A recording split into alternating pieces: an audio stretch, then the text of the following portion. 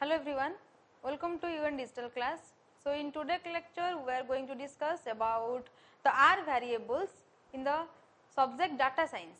That means when we are writing the R programming, how we will declare a variable and how we will assign the values into that variable and which type of value actually a variable can hold and how it will hold that and how it will display the content of a variable. Everything we are going to discuss about in this lecture. Okay.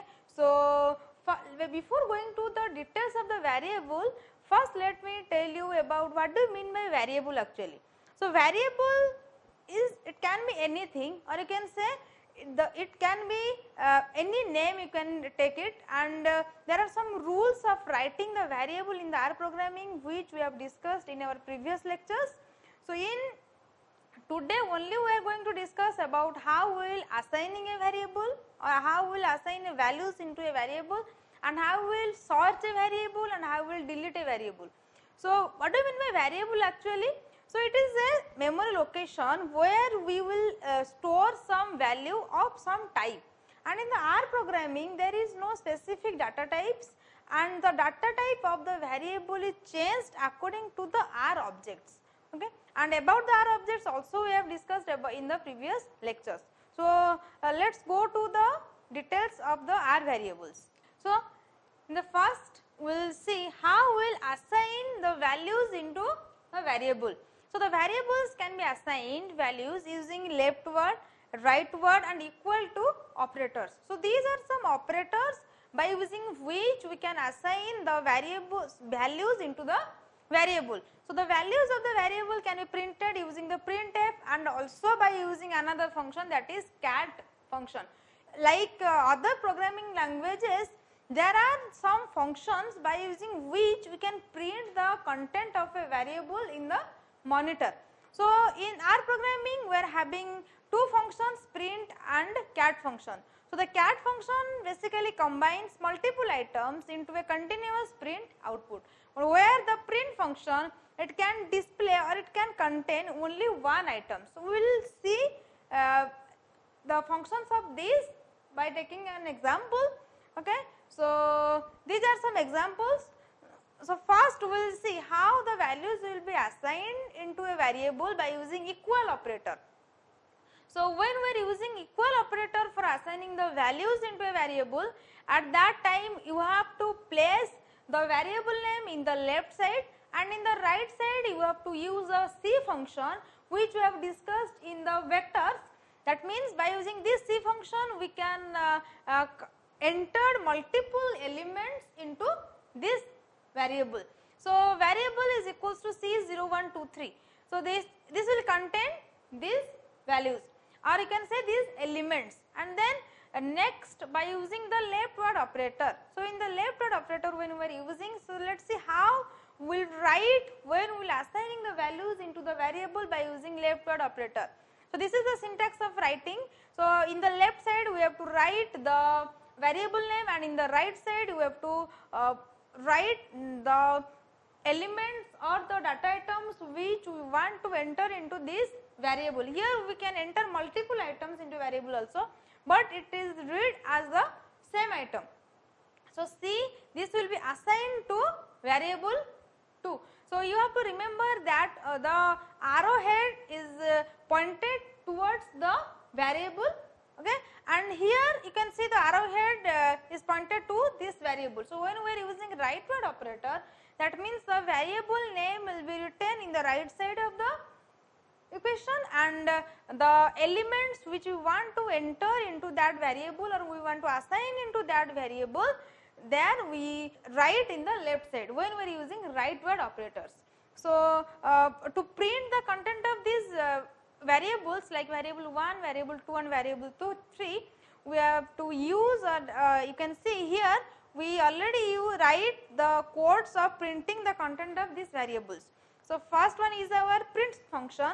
So, in the print function we have written only variable 1, but in the cat function we can enter multiple items like variable 1 is the value. So, this is the syntax of displaying the values of a variable into the monitor or into the display window. So when we are using the print function, then within that we can only write a single item, it is the variable name, or you can write the constant by using double quote. So when we are using double quote, it will display the same message in the monitor, but when we are not giving the double quote, that means it will ensure that this is a variable and we have to display, or the interpreter will display the content of that variable there. So here we have written print variable 1, that means the processor will display the variable 1's content in the monitor, and then cat variable 1 is, so this is the message, or you can say this is a string which we want to display in the monitor directly without any change.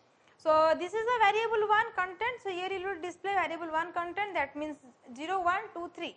So let us see what will be the output of this program.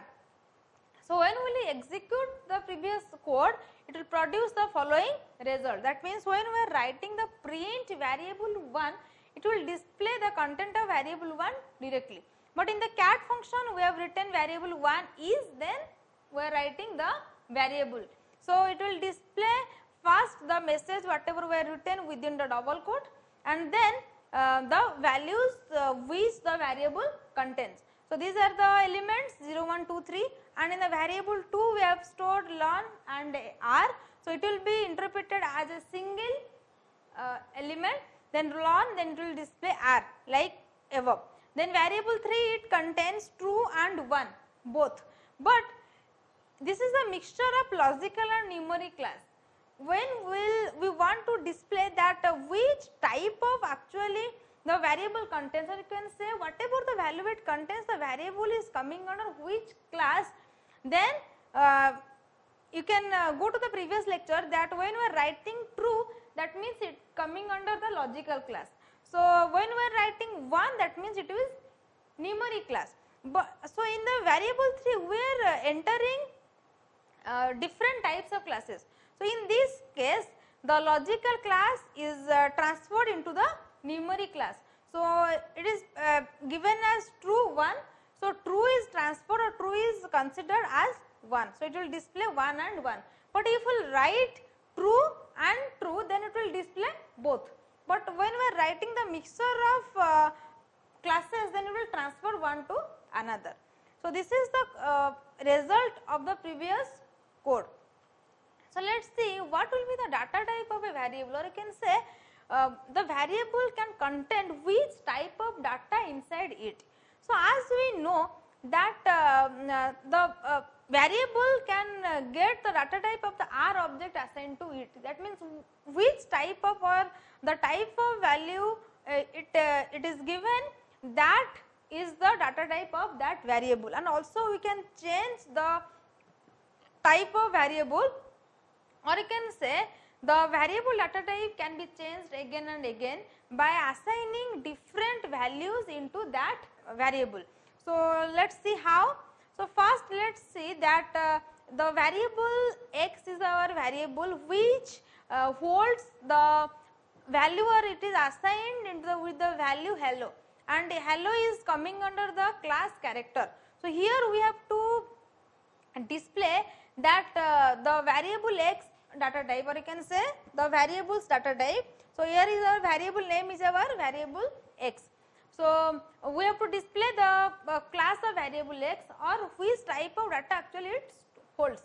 Then we have to use cat function, as we have to enter multiple items here. So the class of variable x is class variable x. That means what is the class of variable x? This is character. And then variable x, it now assigned with the value 34.5, and this value is coming under our numeric class. If you have any doubt regarding the classes, you can go to the previous lecture in which I have discussed about the vectors, and within that I have discussed about 6 type of classes. So this is the class of numeric type. So when we will display the class of variable x, the name is same and also the location is same, but we are assigning different types of values into that. So first we have assigned characters, then we have assigned numerics, then here 27L means we are assigning integral type of variable. So, next the class of variable x becomes class of variable x, and now it contains the integer part. So, it will display the output whatever we have written in the cat function, that will be displayed in the output window. So, when we execute the above code, it produces the following result. So, the class of variable x is character, and the next when we store that 34.5, then it will display that the class of variable x is numeric. And when we have assigned the 27L value into the variable x, then this will display the next of the class variable x becomes integer. So, in this way we can assign multiple types of data, or you can say different data types into a single variable. So, next we will see how we will search that how many variables actually is present in our workplace, or how many variables we have created, we have manipulated everything. Whatever that variables we are using in our workplace, how we will get to know that, or how we will find the variables which is currently available in the workspace. And to display all of these variables or the list of the variables, we use the ls function. And also the ls function can use patterns to match the variable names. Here we have to represent the ls as small l and s. So, function can use patterns to match the variable name. So, print ls.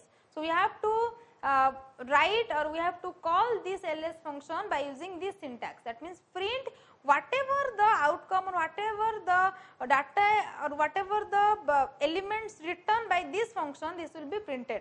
So, when we execute the above code, it produces the following result: my variable, my new variable, my variable, variable 1, everything whatever we have created in our previous R programming, or whatever the variables we have taken as an example, or any type of code, all of these variables will be displayed in the output window. So, to display all of these variables, we have to use the function, it is called as ls, that means list of the variables. Then you have to remember that it is a sample output depending on what variables are declared in your environment. That means the names of the variable is not constant for all of the programming. That means if you will use some other variable names, then by calling ls function, there may be some other variables you can display.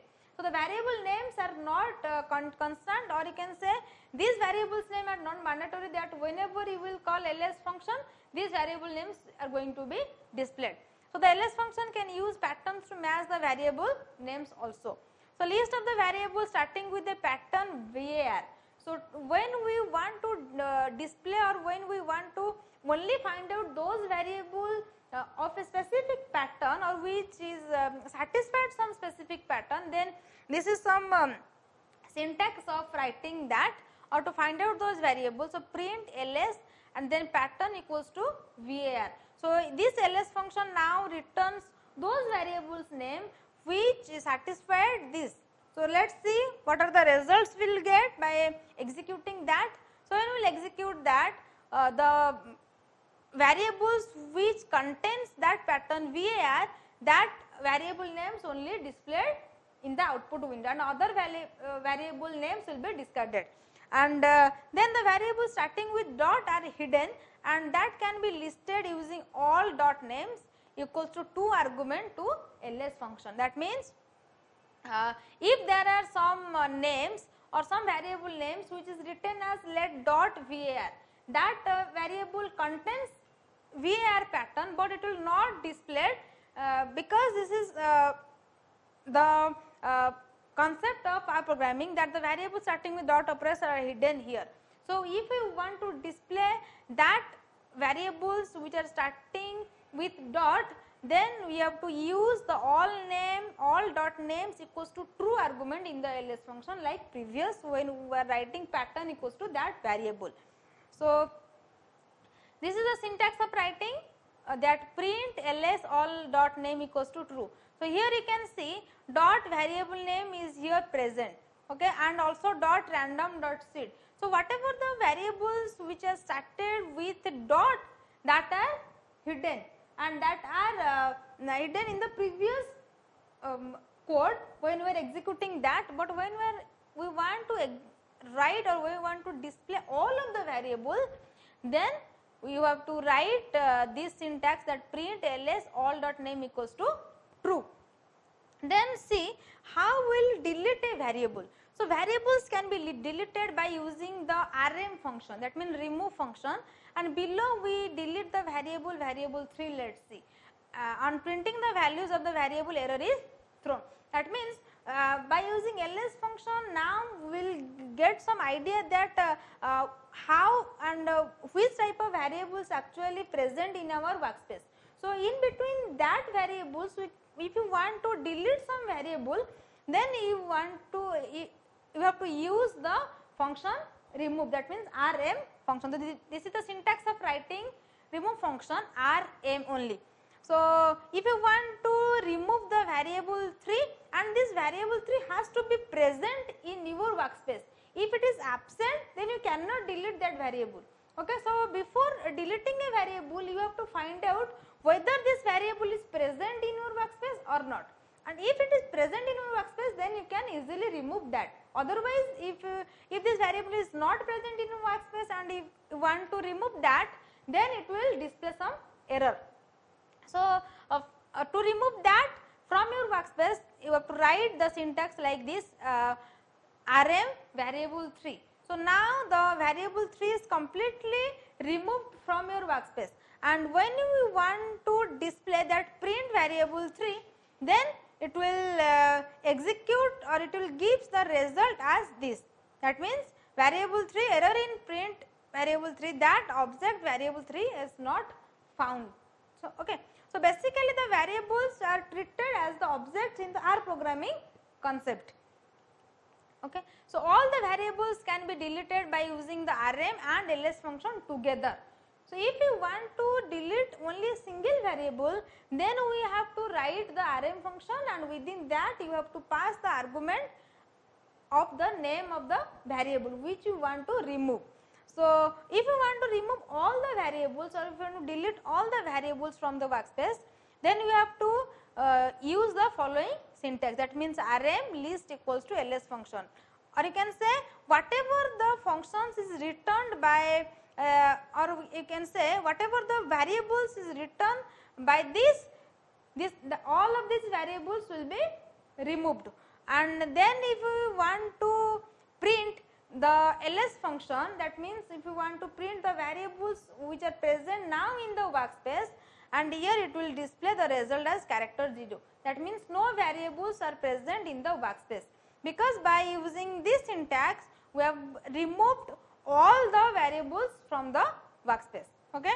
So this is the syntax of deleting all the variables by using the rm function and ls function together. And you have to remember that the ls function is given as an argument to this rm function. So this is all about our today class. So in the next class we will discuss about R operators.